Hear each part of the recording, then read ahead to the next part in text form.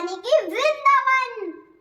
अच्छा जी, मैं और अपने तानाजी के सामने बहुत मजा आएगा। ये जय जय श्री राधे। राधे राधे। रात के बज गए, सुबह के बज गए 3। तो अब जा रहे हैं हम यात्रा पे वृंदावन कार में। 3:30 बजे ड्राइवर अंकल आए और हम घर से रवाना हो गए कार में वृंदावन जाने के लिए। ठंडी बहुत थी गाड़ी में, हमने ब्लैंकेट ले रखा था और सुबह और रात जब आप जाओगे तो बहुत ठंड होती है, अपना अच्छे से ध्यान रखना। जब घर से निकलो रास्ते में सफ़र के लिए खाना अपने लिए ज़रूर लेके जाना, क्योंकि जाने वक्त तो खाने का बहुत मज़ा आता है। सुबह के 10 बज गए थे और हमें बहुत भूख लगी थी, इसलिए हम गए थे सुखान ढाबा और उसके बाद हम वृंदावन तक कॉन्टिन्यूसली चलते रहे। और बस यहाँ हमारा सफ़र ख़त्म होता है और हम पहुँच गए वृंदावन धाम। जय श्री राधे। हम जा रहे हैं पहले श्री बांके बिहारी मंदिर।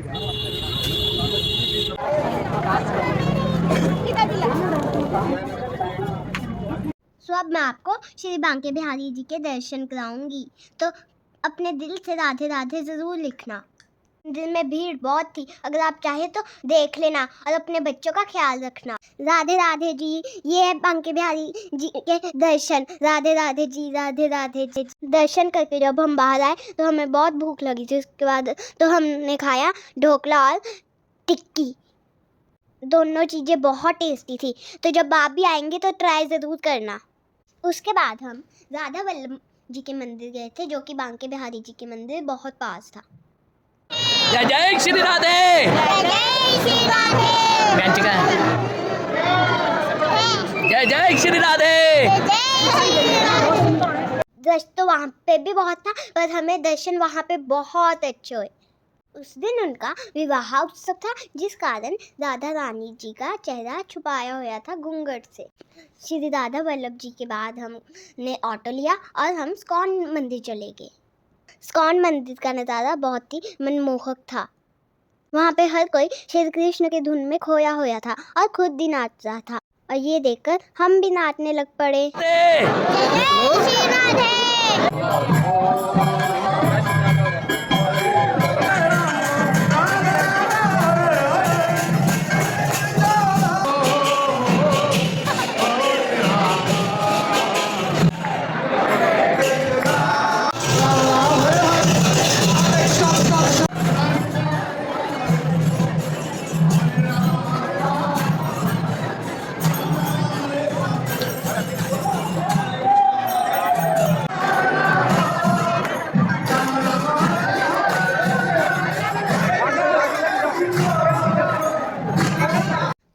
हमारा डिनर का टाइम हो गया था और हमने ये रेस्टोरेंट पिज़्ज़ा लेते चांप खाई थी, तो टेस्टी बहुत था।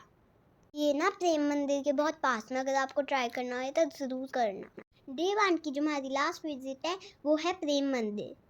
प्रेम मंदिर में जो रात का नज़ारा होता है वो ऑसम होता है। अगर वृंदावन आए और प्रेम मंदिर नहीं गए तो कुछ नहीं देखा।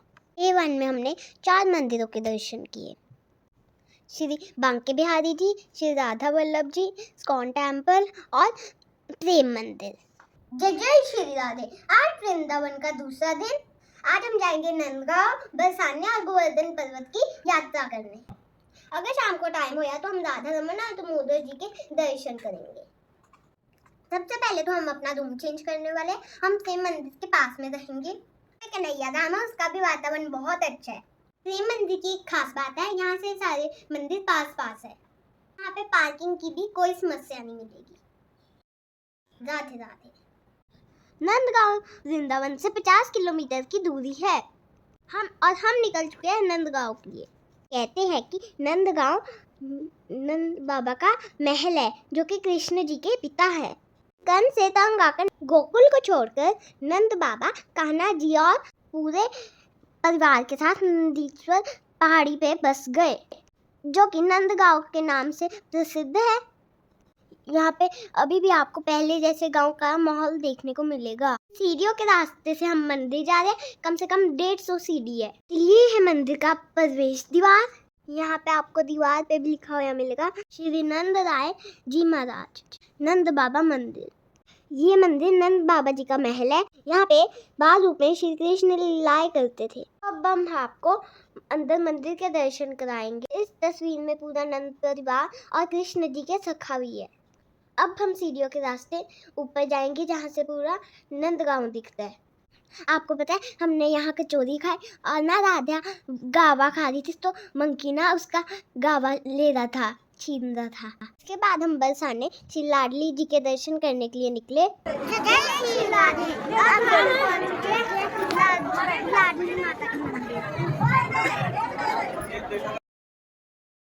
कम से कम 1 किलोमीटर चल के हम पहुंच गए लाडली माता के मंदिर, उनके दर्शन करने के लिए। होली के दिन तो मंदिर में हर कोई गुलाल के साथ संगा होया था। वैसे भी बरसाने की होली सबसे फेमस होली मानी जाती।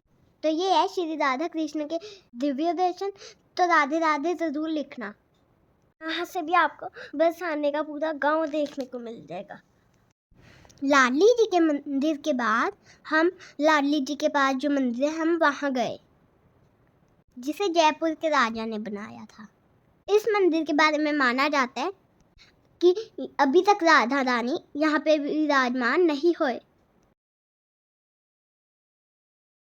हम उसके बाद कार पार्किंग में गए और गाड़ी में बैठ के कीर्ति मंदिर में गए, जो कि बहुत पास है। कीर्ति मंदिर आपको बिल्कुल रोड पे ही देखने को मिलेगा। ये मंदिर भी प्रेम मंदिर की तरह खूबसूरत है और आपको हूबहू वैसे ही देखने को मिलेगा। मंदिर में एक बार जाने के बाद आपका मन नहीं निकलेगा इधर से आने के लिए। मंदिर की जो खूबसूरती है वो देखने के लायक है।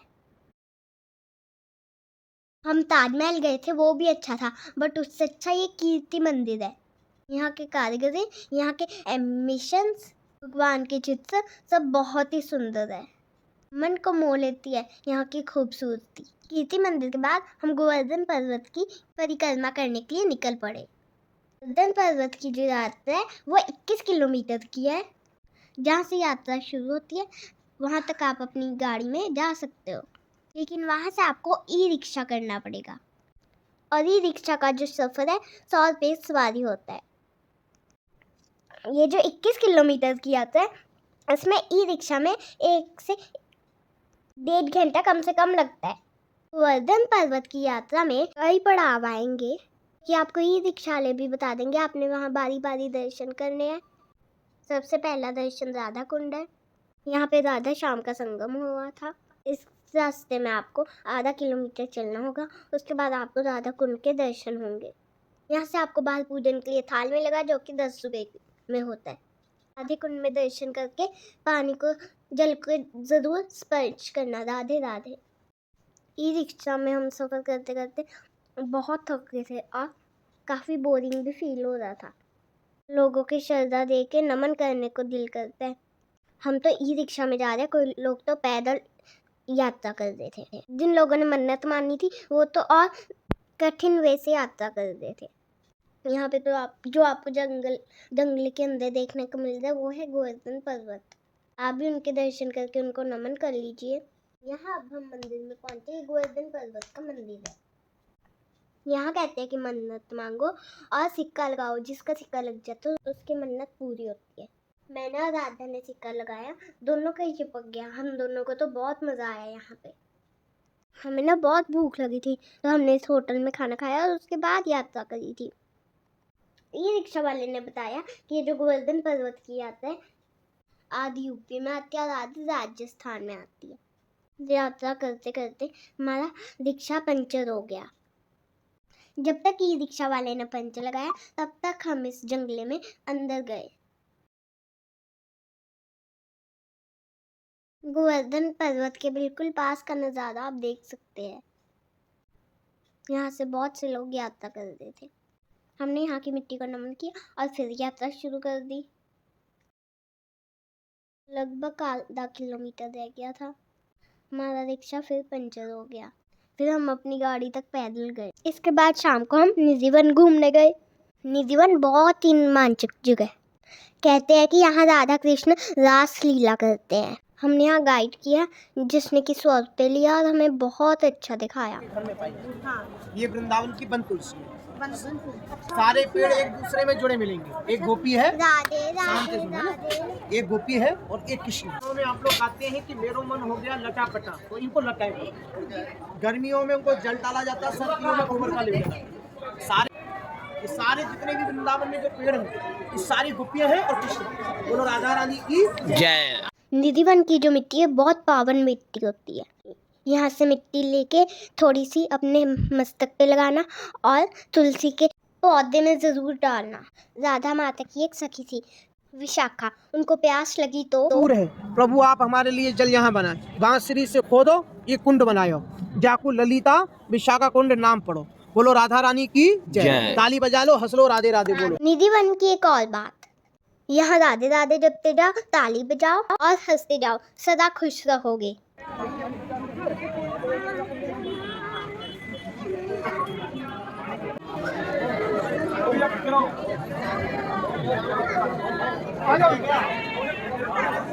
ये निधि वन का वह रहस्य स्थान है जिसे रंग महल के नाम से जाना जाता है। कहते हैं कि कान्हा जी हर रोज रात राधा माता के साथ नृत्य करने के बाद इसी रंग महल में विश्राम करते हैं। यहाँ पे उनका भोग का सामान और भी कुछ सामान पड़े होते हैं जो कि हर रोज बिखरा होता है। रात के 8 बजे बाद ये मंदिर बंद कर दिया जाता है। यहाँ पे कोई भी नहीं रहता, यहाँ तक कि पशु पक्षी भी नहीं। इसके बाद आपको कई समाधि देखने को मिलेगी।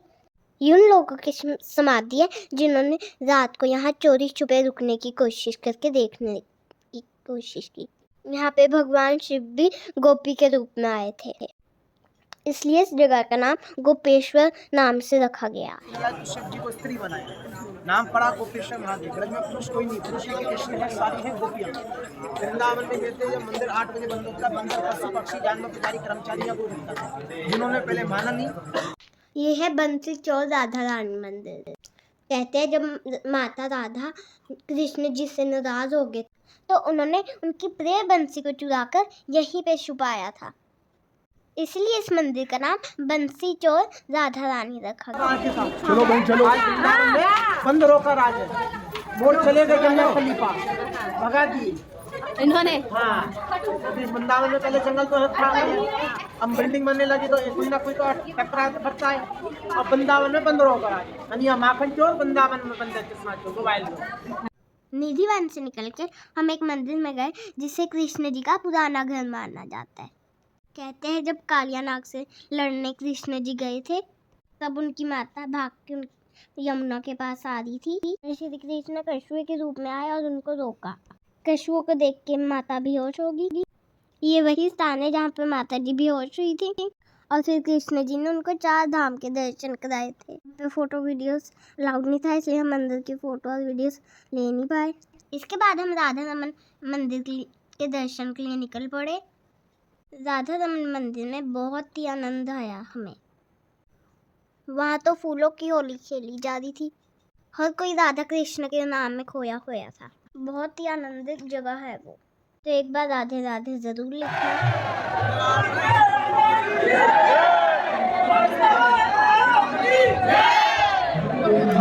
मंदिर से निकलते थोड़ी दूरी में मीरा मंदिर भी मिलेगा जो कि प्राचीन मंदिर में से एक है। इसके बाद का जो अगला पड़ाव है वो है दामोदर मंदिर। दामोदर मंदिर में आपको एक शिला देखने को मिलेगी जिसपे 4 चिन्ह है, चरण चिन्ह, बंसरी, छड़ी और गायों के चरण चिन्ह। इसकी 4 परिक्रमा करने से गोवर्धन पर्वत की परिक्रमा मानी जाती है, तो हमने भी इसकी 4 परिक्रमा करी। तो जब अब आप भी आओ तो दामोदर मंदिर ज़रूर आना, और अगर गोवर्धन पर्वत की परिक्रमा नहीं कर सकते तो इस मंदिर की परिक्रमा कर लेना। यहाँ पे पड़ी शिला गोवर्धन शिला है, तो इसकी परिक्रमा भी गोवर्धन की परिक्रमा मानी जाती है। यहाँ भी आपको बहुत ही आनंद आएगा। राधे राधे। आज वृंदावन का तीसरा दिन, तो आज हम सबसे पहले जाएंगे ताजमहल। हम वृंदावन आए हैं तो ताजमहल तो देख के जाएंगे। हमने ताजमहल देखने के बाद जाना है मथुरा और गोकुल।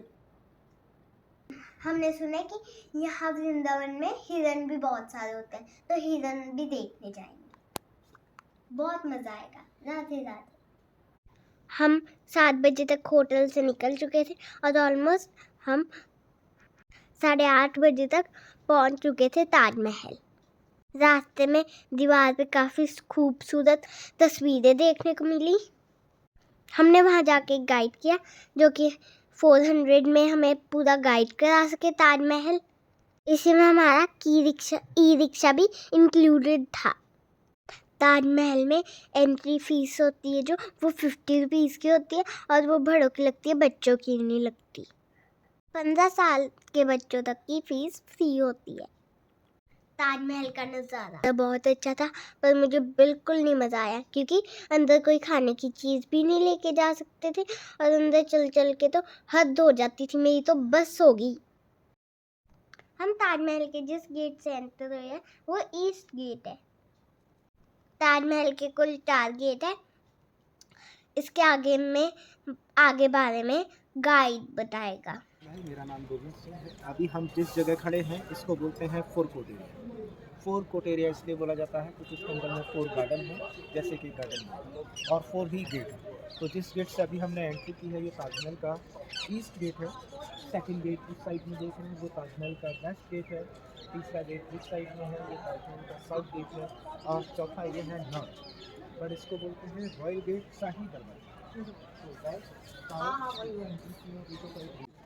फर्स्ट वाइफ का नाम था फतेहपुरी बेगम। तो शाहजहां ने फतेहपुरी बेगम के लिए वेस्ट गेट पे एक बहुत बड़ा वाइट रूम बनाया है। तो फर्स्ट वाइफ का कब्र वेस्ट गेट। सेकंड वाइफ थी उनकी सरंदी बेगम, सेम वाइट रूम उन्होंने ये बनाया ईस्ट गेट पे। तो सेकंड वाइफ का कब्र यहाँ है। तीसरा गेट शाहजहां ने बनवाया साउथ गेट, ये बनवाया वर्कर्स के लिए। ताजमहल के अंदर में 20,000 वर्कर एवरी डे वर्क किया करते थे।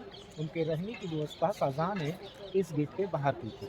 आज भी उन्हीं के जनरेशन टू जनरेशन के लोग रहते हैं और वही हैंड वर्किंग का काम करते हैं आज भी, जो कि उस टाइम उन्होंने ताजमहल में किया। इस गेट की जो हाइट है बॉटम टू टॉप 105 फीट की हाइट है, अबाउट 35 मीटर। इस गेट के सामने जो आप वाइट मार्बल पे फ्लावर जो डिज़ाइन देख रहे हैं बना हुआ फ्रंट में, ऐसा लग रहा है जैसे कलर या पेंटिंग कर दिया हो, बट ये कलर या पेंटिंग नहीं है। इसको बोलते हैं real inlever. You know inlever like a hand, Meena का। मीना साइड में लिखा जो ब्लैक राइटिंग से देख रहे हैं वाइट मार्बल पे, ये कुरान की आयत लिखी हुई है, अरबिक लैंग्वेज में है। मॉर्निंग प्रे है कुरान। इस गेट के ऊपर जो वाइट डूम देख रहे हैं टॉप पे चढ़ते 11 फ्रंट में है मैम, 11 इसके बिहाइंड है। टोटल 22 डोम्स हैं। ये डूम इस बात का प्रूफ है कि ताजमहल को बनने में 22 ईयर्स 22 साल, क्योंकि उस टाइम न तो कैलेंडर था ना कैलकुलेटर। तो एक साल में जितना भी बिल्डिंग बन के कम्प्लीट होता एक दिन रखते, नेक्स्ट ईयर में जितना हुआ तो नेक्स्ट दिन रहता। ऐसे ताजमहल का स्टार्टिंग हुआ था 1631 में। ऑल बिल्डिंग जब बन के कम्प्लीट हुआ तो 1653 में। टोटल 22 साल लगे। और इस ग्राउंड में छोटे छोटे रूम्स देख रहे हैं, ये टोटल 210 रूम है 4 साइड। यहाँ उस टाइम मीना बाज़ार लगा करता था, जो कि मुग़ल अपनी बीवियों के लिए लगाया था। वही मीना बाज़ार आज भी अवेलेबल है, लेकिन अब वो बाहर कर दिया गया यूपी गवर्नमेंट के अंदर। ये ताजमहल जो बिल्डिंग है ये आता है सेंट्रल गवर्नमेंट। तो मीना बाज़ार अगर आप लोग इंटरेस्टेड होंगे तो हम आपको बात करना चाहते हैं, फ्री ऑफ कॉस्ट या कोई टिकट या चार्जेस है।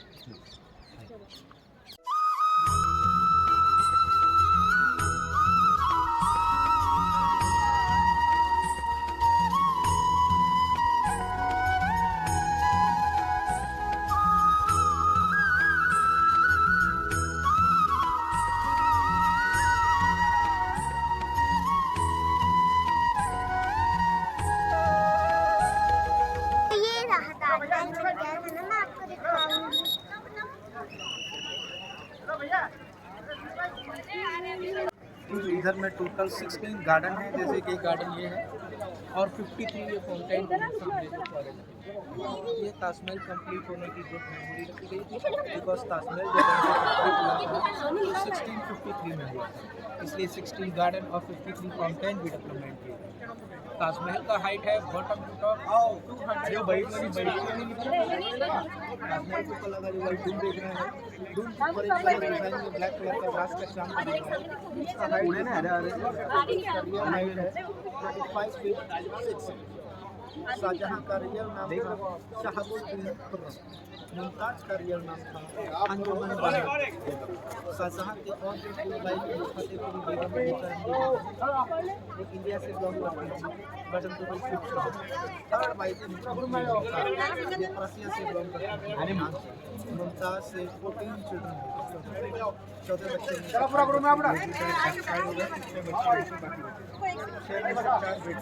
बेटे, दारा बुरा सासूजा औरंगजेब, ये 4 बेटे थे।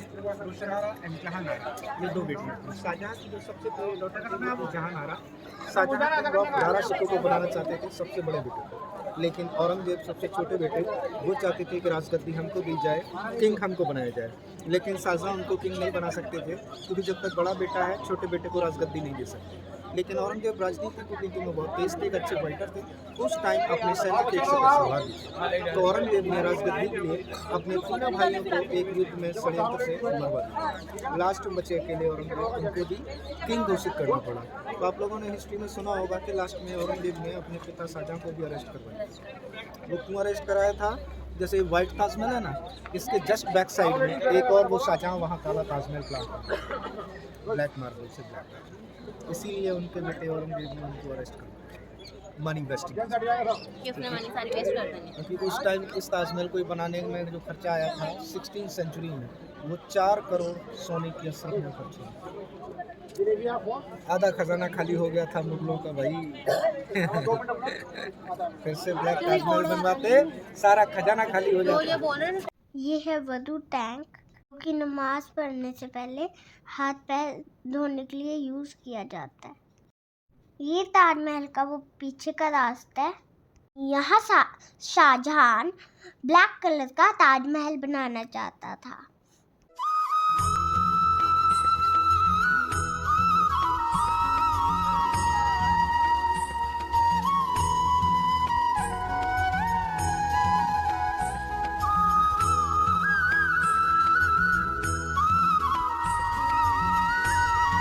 आगरा के बाद हम श्री कृष्ण जन्मभूमि मथुरा में गए। ये वह स्थान है जहाँ पे श्री कृष्ण का जन्म हुआ था, जेल में। और हाँ, अंदर जाने से पहले आप एक बात का ध्यान रखें, इस दीवार के अंदर आपका मोबाइल और आपका पर्स जाने की परमिशन नहीं है, इसलिए या फिर गाड़ी में रख के आए या फिर क्लॉक रूम में रखें। यहाँ भी मेन मंदिर खुलने का टाइम सुबह 8 बजे से 11 बजे तक और शाम को 3 बजे से बाद का।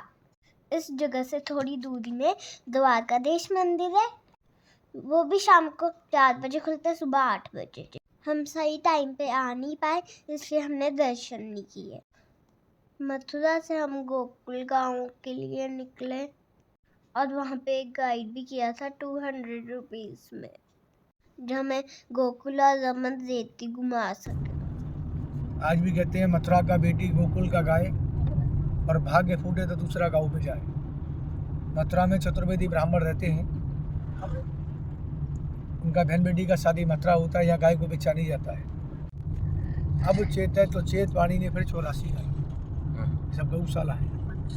जो लोग 84 को उसकी यात्रा नहीं कर पाते हैं, तो खम्भों की परिक्रमा करने से ब्रज का 84 को उसका फल मिलता है। गिनती में करते हैं जब भरते हैं, पूरे 84 नहीं करते। ये भगवान ने 11 साल लीला किया, माखन की चोरी की गैया चराई, मिट्टी खाई। सभी राक्षसों को भगवान ने तरबत किया, जैसे पूतना है, अकासुर, बकासुर, षष्टासुर, सबको मोक्ष दी। घर में आप व्रत रहते, जन्माष्टमी, गोकुल अष्टमी अन्न नहीं खाती। घर में आप उत्सव बनाते, नंद के घर आनंद हुआ, जय कन्हैया लाल की। हाथी घोड़ा पाल की और जय कन्हैया लाल की। आगे बताए, एक घर जाके चोरी करते थे माखन से, तो ठाकुर जी खिलाए माखन चोरी। भगवान जी का माखन का भोग लगता है, ऐसा भोग बताते 3 जगह लगता है। जगन्नाथ जी में चावल का लगता है, हरी चावल खिचड़ी भात का। बद्रीनाथ में चने कच्ची दाल, पंचवत उसी का, यह माखन। ये लिखा है रमणदीति आश्रम, जो भी आने वाला है। तो ये है रमणदीति हिरन पार्क। आपको इस पार्क के अंदर हजारों में यहाँ पर बहुत ही मजा आया हमें। इसके बिल्कुल सामने रमणदीति आश्रम है, जो कि 4 बजे के बाद है। यहाँ पे जो हमने गाइड किया था वो इतना अच्छा नहीं था, क्योंकि उस गाइड ने हमें रमणदीति आश्रम के बारे में कुछ बताया ही नहीं। वो तो जब हम वापस जाने लगे तब हमने देखा उस आश्रम को। उसको तो जाने की जल्दी थी, इसलिए उसने बोला कि यही आश्रम है जहाँ पे रमणदीति है और यहाँ पे हिरन है। तो अगर आप गाइड कीजिए तो थोड़ा सा पहले सर्च कर लेना। यहाँ से थोड़ी दूर में ही गोकुल है, तो हम पहले गोकुल गए। तो ये है गोकुल का वासुदेव द्वार, जिसके साथ ही आपको गौशाला भी देखने को मिलेगी। तो यहाँ से हमने चंदन का टीका लगाया और पौड़ियों के रास्ते से हम मंदिर की तरफ चल पड़े। मंदिर के अंदर जाते ही आपको दाहिने तरफ वट वृक्ष का पेड़ है। कहते हैं कि इस पे 4 तरह के फूल लगते हैं और हर मनोकामना पूरी होती है। यहाँ साथ में ही आपको भगवान भोलेनाथ के दर्शन होंगे। इसके बाद आपको यहाँ पे 84 खम्भों वाला मंदिर देखने को मिलेगा। इनमें से 4 खम्भों को स्वयं भगवान ब्रह्मा ने बनाया था और यहाँ पे श्री कृष्ण का बचपन बीतता है। इसके बाद आपको नंद भवन के दर्शन देखने को मिलेंगे, जिसका चित्र आपके रूबरू है। नंदगांव से वापस आते हुए हम रमणदीति गए। 4 बज चुके थे, रमणदीति आश्रम खुल चुका था। अंदर का नज़ारा बहुत ही प्यारा था। कहते हैं कि रमणदीति वो जगह है जहाँ पे श्री कृष्ण ने छोटे होते बहुत खेल खेले हैं और साथ ही साथ यहाँ पे श्री कृष्ण माटी खाया करते थे। तो यहाँ पे लोग रेत में लोटनी करते हैं। मेरे पापा ने भी की थी, बड़ा ही मज़ा आया था। रमणदीति के बाद हम यमुना के केसी घाट पे गए। यहाँ पे आपको यमी का मंदिर देखने को मिलेगा। यहाँ पे हमने यमुना के मंदिर में पूजा की और उसके बाद जो यमुना में बोट चलाते हैं उन केवट की भी पूजा की। केवट पूजा के बाद उन्होंने अपनी बोट में हमें यमुना जी की सैर कराई। शाम के 7 बज चुके थे, तो यमुना जी की आरती का समय हो रहा था, तो हमने भी किनारे पर पहुंचकर आरती का आनंद लिया। यमुना जी की आरती के बाद हम लोग यहाँ से निकले और प्रेम मंदिर चले गए। लास्ट टाइम हम प्रेम मंदिर लेट पहुंच गए और इस बार हम दोबारा गए और इस बार हम सही टाइम पे पहुंचे, इसलिए हमने प्रेम मंदिर को अंदर से भी देखा।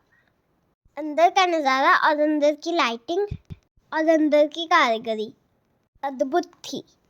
प्रेम मंदिर ताजमहल से भी ज़्यादा देखने को बहुत सुंदर लगता है। ये अभी हम ही नीचे वाले पोर्शन पे घूम रहे हैं। नीचे वाले पोर्शन पे आपको राधा कृष्णा का मंदिर देखने को मिलेगा और ऊपर वाले पोर्शन पर सीताराम जी का मंदिर देखने को मिलेगा। अंदर की लाइटिंग बहुत खूबसूरत थी और बार बार बदल दी थी और अंदर का नज़ारा बहुत खूबसूरत था और लाइटें भी बहुत कलरफुल थी, बार बार बदली जा रही थी। तो ये आज के आखिरी दर्शन। राधे राधे। आज वृंदावन का चौथा दिन और आखिरी दिन। आज हम जाएंगे दोबारा बांके बिहारी मंदिर, क्योंकि पिछली बार बहुत रश था। आज हम जाएंगे बांके बिहारी जी के मंदिर और वैष्णो माता मंदिर। तो वीडियो को आखिरी तक देखिएगा, लाइक सब्सक्राइब जरूर करना और कमेंट में राधे राधे जरूर लिखना। राधे राधे। राधे राधे। सुबह के 8 बज रहे थे। अभी बांके बिहारी के मंदिर में इतना रश नहीं था। मंदिर 8:30 बजे खुलते, तो हम लोगों ने भजन का आनंद लिया। तो जैसे ही मंदिर खुला, बांके बिहारी के बहुत सुंदर दर्शन हुए। आप भी दर्शन कर लो, राधे राधे बोलो। इसके बाद हमने ब्रेकफास्ट किया और माता वैष्णो देवी के मंदिर चले थे। माता वैष्णो देवी का मंदिर बहुत ही सुंदर और बहुत ही बड़ा है। जितना देखने में अच्छा लगता है उतना ही बड़ा है, और वहाँ पे भव्य मूर्ति भी दिखती है उनकी। मंदिर का रास्ता आपको एकदम अच्छा और खूबसूरत देखने को मिलेगा। जैसे ही वैष्णो देवी के माता के बड़े मंदिर में जाते हैं, वैसे ही आपको यहाँ पे भी देखने को मिल जाए। ये यमुना माता जी के दर्शन है। जय माता दी। और ये देखिए माता वैष्णो की भव्य मूर्ति, और उनके बिल्कुल पास में आपको गंगा जी की मूर्ति भी देखने को मिलेगी। जय माता दी। अब हम जा रहे हैं मंदिर के अंदर। ये देखिए अंदर की बनावट कितनी खूबसूरत है। तो ये है माता वैष्णो जी की प्यारी सी मूर्ति और पिंडी रूप की दर्शन। जय माता दी जरूर लिखिएगा। मंदिर के अंदर की आप चित्रकारी देख सकते हैं, बहुत ही अद्भुत दिखने को मिलती है।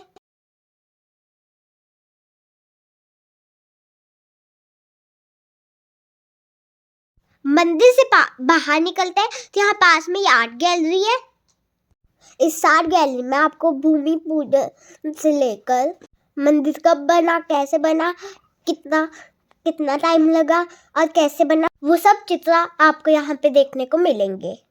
आर्ट गैलरी से हम बाहर निकल के हम गुफा की तरफ निकल पड़े। ये गुफा का रास्ता है। गुफा में आपको अंधेरा सा दिखेगा, लाइट बहुत कम मिली है, तो जय माता दी करते जाओ और चलते जाओ। यहाँ पे आपको अलग अलग देवी देवताओं की मूर्तियां देखने को मिलेगी। गणेश जी और उनकी पत्नी रिद्धि सिद्धि। थोड़ा आगे बढ़कर आपको अलग अलग माताओं की मूर्तियां देखने को मिलेगी, जैसे कि स्कंद माता, कात्यायनी, कालरात्रि, सिद्धिदात्री। साथ ही साथ आपको एक प्लेट देखने को मिलेगी जिसमें उनका नाम और उनकी दिव्यता का वर्णन है। गुफा में चलते चलते आपको बाहर निकलने का रास्ता सीढ़ियों के माध्यम से मिलेगा। जैसे ही सीढ़ियाँ खत्म होएगी तो आपको एक एरो देखने को मिलेगा, एरो वे टू परिक्रमा। तो अब हमें परिक्रमा करनी है। हमने परिक्रमा शुरू कर दी। ये है चरणपाद का। यहाँ पे हनुमान जी के खड़ाऊ पड़े हुए हैं। वहाँ पे जय करने के बाद हम आगे परिक्रमा करने के लिए चल पड़े। तो यहाँ से अगर हम ऊपर सर करके देखेंगे तो हमें यहाँ से बहुत विशाल मूर्ति माता जी और हनुमान जी की देखने को मिलेगी। तो ये है गुफा के बाहर जाने का रास्ता। यहाँ से हम गुफा के अंदर चल पड़े और बाहर की तरफ जाने लग पड़े। यहाँ पे भी हमें माता जी के कई स्वरूप देखने को मिले। स्कंद माता, कात्यायनी, कालरात्रि, महागौरी, सिद्धिदात्री, श्री भैरव जी। तो ये लास्ट है। इसके बाद हम गुफा से बाहर निकल गए। मंदिर के बाहर निकलने के बाद हमें माता जी का प्रसाद और खजाना भी मिला। तो हमें यहाँ पे बहुत ही मज़ा आया वैष्णो माता मंदिर में। तो ये हमारा लास्ट दर्शन था। इसके बाद हम अपने घर वापस चल पड़े। वृंदावन धाम बहुत ही अच्छा और प्यारा है। तो जब आप आओ तो कम से कम 4-5 दिन रह के जाना। राधे राधे जी। हमारे तो वृंदावन के दर्शन बहुत ही अच्छे हो गए। तो आप भी आइए और श्री कृष्ण के नाम में खो जाइए। राधे राधे।